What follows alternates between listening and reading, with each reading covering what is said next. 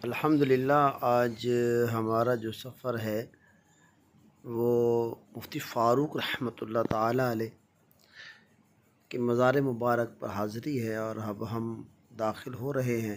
یہ سرائے مدینہ کا main gate آ گیا ہے، اور اب انشاءاللہ تبارک و تعالی اندر داخل ہوں گے، اور ہم مفتی فاروق رحمۃ اللہ تعالی علیہ کی برکتیں حاصل کریں گے۔ مفتی فاروق رحمۃ اللہ تعالیٰ کا جو نام تھا وہ محمد فاروق تھا۔ آپ کی ولادت 26 اگست 1976 کو رمضان مبارک کے مہینے میں لاڑکانہ میں ہوئی، اور ابتدائی تعلیم و حفظ زمزم نگر حیدرآباد باب الاسلام سندھ کے ایک سنی جامعہ سے کیا۔ پھر فاروق نگر لاڑکانہ سے حیدرآباد، اور پھر 1989 میں باب المدینہ کراچی منتقل ہوئے۔ مفتی دعوت اسلامی ہفتہ وار سنتوں بھرے اجتماع میں شرکت کی برکت سے مدنی ماحول سے وابستہ ہو گئے۔ آپ اپنی عادت و اطوار میں دیگر طلباء سے ممتاز حیثیت کے حامل تھے۔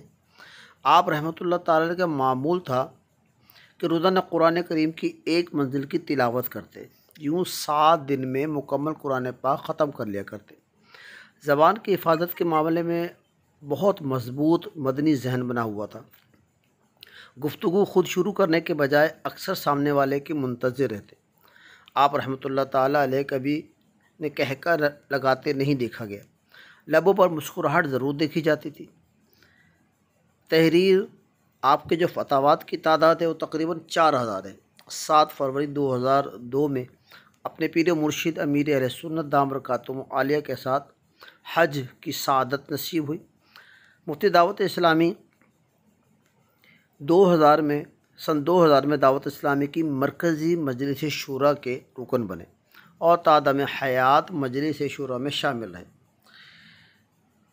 مفتی دعوت اسلامی ہر ماہ پابندی سے مدنی انعامات کا رسالہ پر کرتے اور جمع کرواتے، اور ساتھ ہی ہر ماہ مدنی قافلوں میں سفر فرماتے۔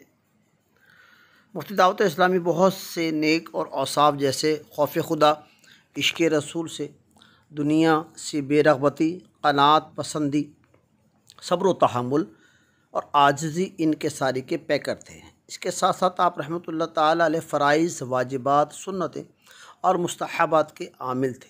حسن اخلاق کے پیکر، وقت کے قدردان، درس نظامی کے اچھے مدرس اور بہترین امام تھے۔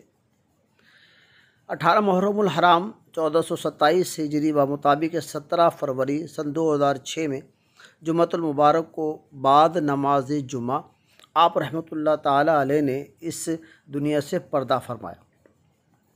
وصال شریف کے تقریباً 3 سال 7 مہینے 10 دن بعد کئی گھنٹوں کی موسلا دھار برسات کی وجہ سے مفتی دعوت اسلامی الحاج حافظ محمد فاروق رحمۃ اللہ تعالیٰ علیہ کی قبر درمیان سے کھل گئی۔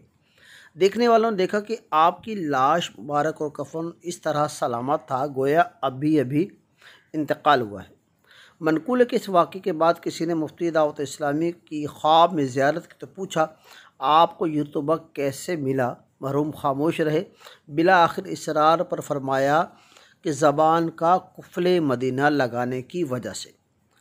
مفتی صاحب رحمۃ اللہ تعالیٰ کو جب بھی اپنے مرشد کریم امیر اہل سنت دامت برکاتہم عالیہ کی بارگاہ میں حاضری کا شرف نصیب ہوتا تو آپ بڑے ادب کے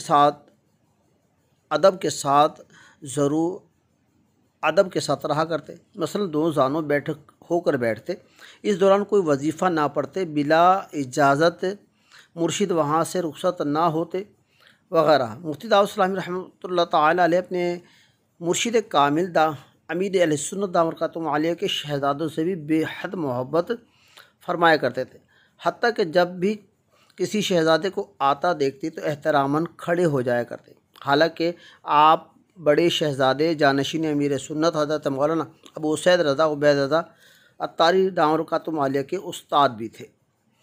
پیارے اسلامی بھائی، دیکھا آپ نے کہ کس کمال سے اور کس طرح اللہ تبارک و تعالیٰ کے اس ولی پر اللہ پاک کی کرم نوازی کی بارش رہی، اور ہمیں ان مزار پہ آنے کی سعادت نصیب ہوئی۔ الحمدللہ فاتحہ خانے کی سعادت نصیب ہوئی۔